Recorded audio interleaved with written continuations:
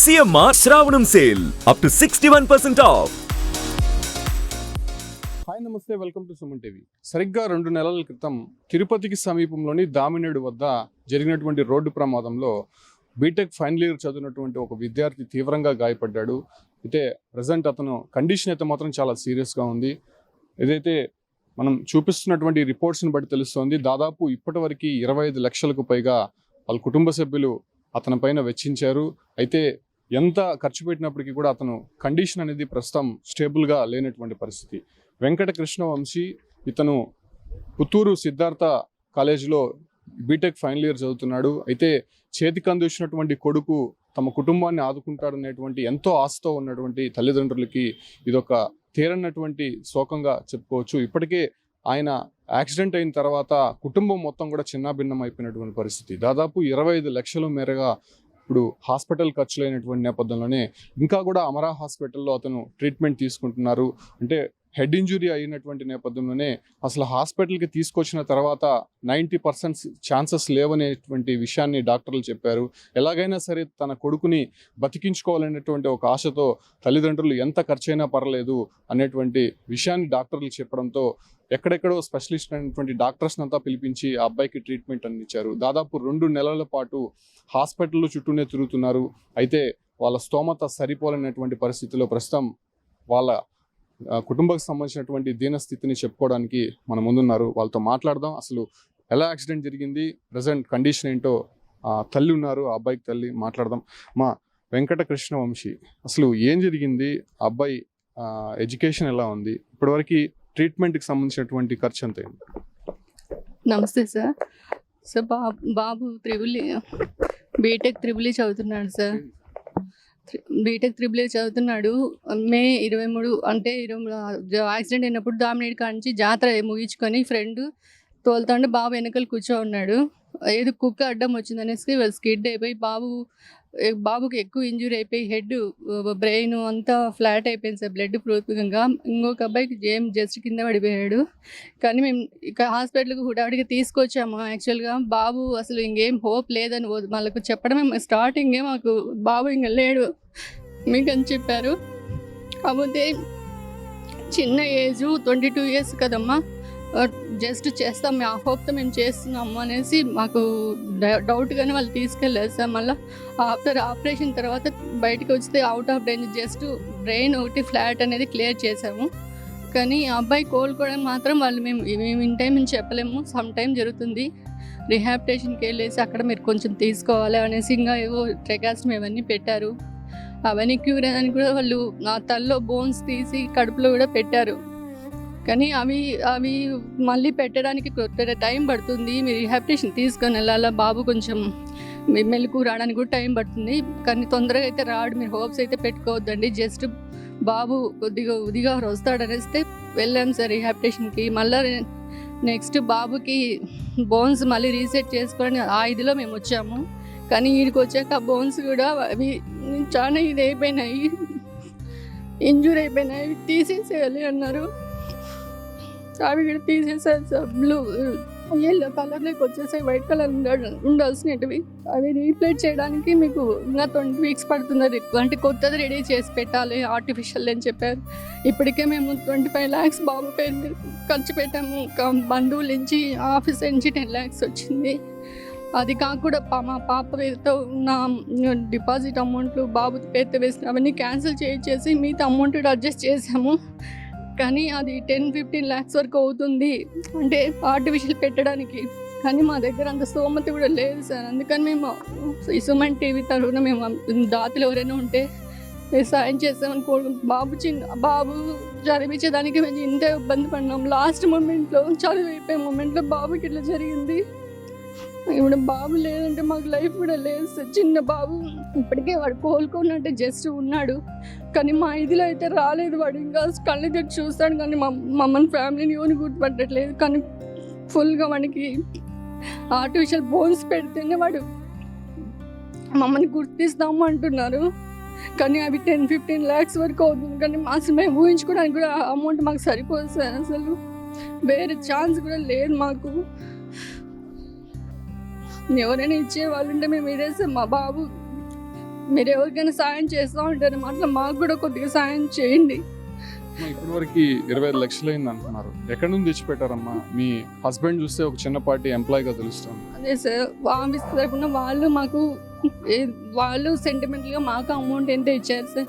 బంధువుల తరపు నుంచి కొంచెం వచ్చింది. ఇంకా మాకు పాప కూడా ఉంది. పాప పేరుతో కొంచెం ఏదో డిపాజిట్ అమౌంట్ వేసింటాం కదా సార్ ఫ్యూచర్ కోసం అని. అవి పోస్ట్ ఆఫీస్లో క్యాన్సిల్ చేసేసాం. బాబు పేరుతో పెట్టినట్టు అవి క్యాన్సిల్ చేసి ఇంకొంచెం ఏదైనా ఇంట్లో ఉంటే సోర్స్ అవి కూడా తెచ్చి పెట్టేసాం. అవి అడ్జస్ట్ చేసి కొద్దిగా అప్పు కూడా చేసేసాం సార్. మ్యాక్సిమం అప్పే చేసేసాం. ఇంకా అప్పు చేసేదానికి కూడా మా దగ్గర ఛాన్స్ కూడా లేదు సార్. నెక్స్ట్ సోర్స్ అయితే మాకు లేదు. ఒక్క నిమిషం, ఫాదర్ ఉన్నారు, ఆయనతో ఒకసారి మాట్లాడదాం. సార్ ఏంటి, మీరు ఎక్కడ జాబ్ చేస్తారు? మీకు వచ్చే శాలరీ? నేను వచ్చి ఏపీ ట్రాన్స్ఫర్లో వర్క్ చేస్తాను, అవుట్ సోర్స్ సెక్టర్. నాకు వచ్చే శాలరీ 24,000 వస్తుంది. బాబు ఉంటారు, వాళ్ళ ఎడ్యుకేషన్ అన్నీ కూడా చూసుకుంటూ చేస్తారు. అది వచ్చి 23వ తేదీ యాక్సిడెంట్ కాకపోతే 26 కానీ 27 కానీ బాబు సర్టిఫికేట్ కలెక్ట్ చేసుకొని బెంగళూరుకి జాబ్ పర్పస్న వెళ్ళాల్సి వచ్చేవాడు. కానీ అన్ఎక్స్పెక్టెడ్ అయింది. హాస్పిటల్కి తీసుకొచ్చినా కూడా ఇక్కడ వాళ్ళు డాక్టర్ చూసి కూడా 99% మేమైతే ఇవ్వలేము, ఇంకా మీరు ఓకే చేయమంటే ఫర్దర్గా మనకు అది ప్రొసీడ్ అవుతామన్నారు. సరే ఇంకా బాబు విషయం కదా, ఇంకా బాగా సార్ అమౌంట్ అయితే కానివ్వండి, సర్జరీ చేయండి అని. ఆఫ్టర్ సర్జరీ తర్వాత కూడా 3 రోజుల వరకు మేమైతే గ్యారంటీ ఇవ్వలేము. మళ్ళీ 3rd డే అయిన తర్వాత ఓకే నార్మల్గా ఉంది. అది ఇప్పుడు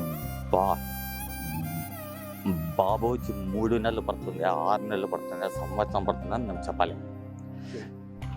ఆరోగ్యశ్రీ ఏదైనా శాంక్షన్ కింద అడిగాము, కానీ ఇది వచ్చి హెడ్ ఇంజురీ వచ్చి సర్జరీ తర్వాత బాబు దేనికి రియాక్ట్ అవుతాడు, దేనికి ట్రీట్మెంట్ ఇవ్వాలా అనే దాని కింద ఆరోగ్యశ్రీ ఎలిజిబుల్ కాదు అన్నట్టుగా చెప్పారు. తల్లిదండ్రులు చెప్తున్నారు. అంటే హాస్పిటల్లో ప్రతి నిమిషం కూడా డబ్బే అవుతుంటుంది. మనకి ఆ రిపోర్ట్స్ ఇచ్చున్నారు వాళ్ళు. అంటే ఇక్కడ ఫస్ట్ జాయిన్ చేసిన తర్వాత రీహాబ్ కోసం బెంగళూరు తీసుకెళ్లారు. బెంగళూరులో కూడా దాదాపు 10 లక్షలకు పైగా ఖర్చు అయినట్టు తెలుస్తుంది. మన దగ్గర పూర్తి ఆధారాలు అయితే వాళ్ళు ఇచ్చున్నారు. ఇచ్చినటువంటి సర్టిఫికేట్స్ కావచ్చు, అంటే వాళ్ళ కేస్ ఫైల్స్కి సంబంధించి మొత్తం మనం పరిశీలిస్తే నిజంగా 25 lakhs పైన అయింది. ఆ అబ్బాయి కండిషన్ మాత్రం ఇంకా అసలు ఏమాత్రం కోల్పోయినటువంటి పరిస్థితి. ఆ అబ్బాయికి సంబంధించిన సిస్టర్ ఉన్నారు, మాట్లాడదాం. అసలు అన్నయ్య ఏం చేయాలనుకున్నారమ్మా? ఆయన 2 రోజుల్లో బెంగళూరుకి వెళ్ళి జాబ్ తీసుకోవాలనేటువంటి ఒక సిచ్యువేషన్లో ఇట్లా జరగడం ఎలా చూస్తారు? నైట్ మాతో బాగున్నాడు సార్. బాగుండి మాట్లాడి 2 నిమిషాలు జాతరకి వెళ్ళేసి వస్తానని చెప్పి డామినేట్కి ఫ్రెండ్తో కలిసి వెళ్ళాడు.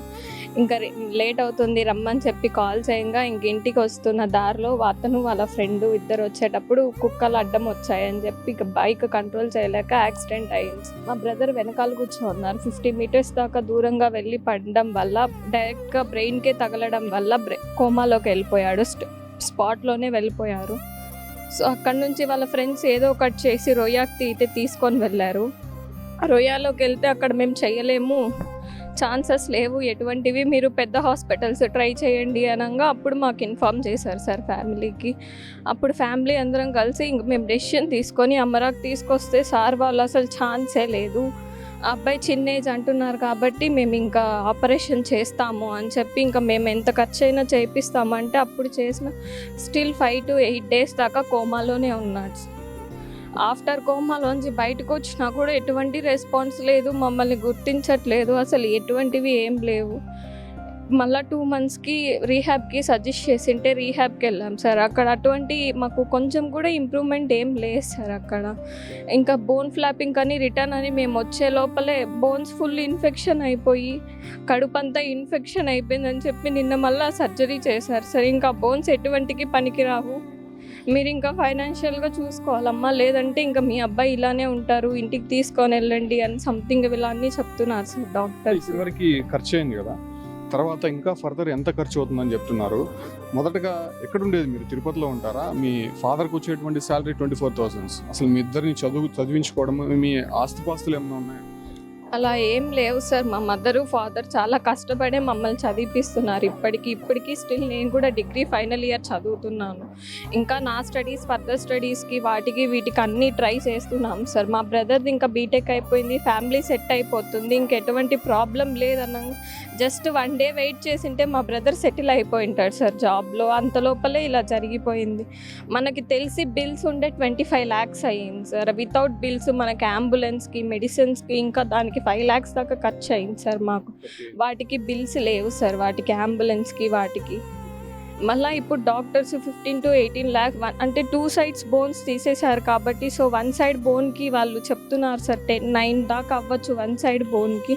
2 bonesకి కలిపి ఎంత చెప్తారో మనకు తెలీదు. మీరు ఎంతకన్నా ప్రిపేర్ అయ్యి ఉంటానంటే అది రెడీ అవ్వడానికి కూడా 20 days పడుతుంది అంటున్నారు సార్. 2 weeks కానీ 3 weeks పడుతుంది అని అంటున్నారు.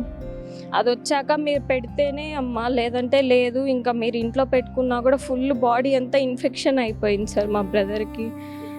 సో మేము ఇంకా అది చేసుకోలేకపోతే ఇంకా వాళ్ళు అదే అంటున్నారు, మీరు ఇంకెంత లేట్ చేసుకుంటే మీకు అంత దూరం అవుతూ వస్తారు అని చెప్తూ ఉన్నారు సార్ డాక్టర్స్.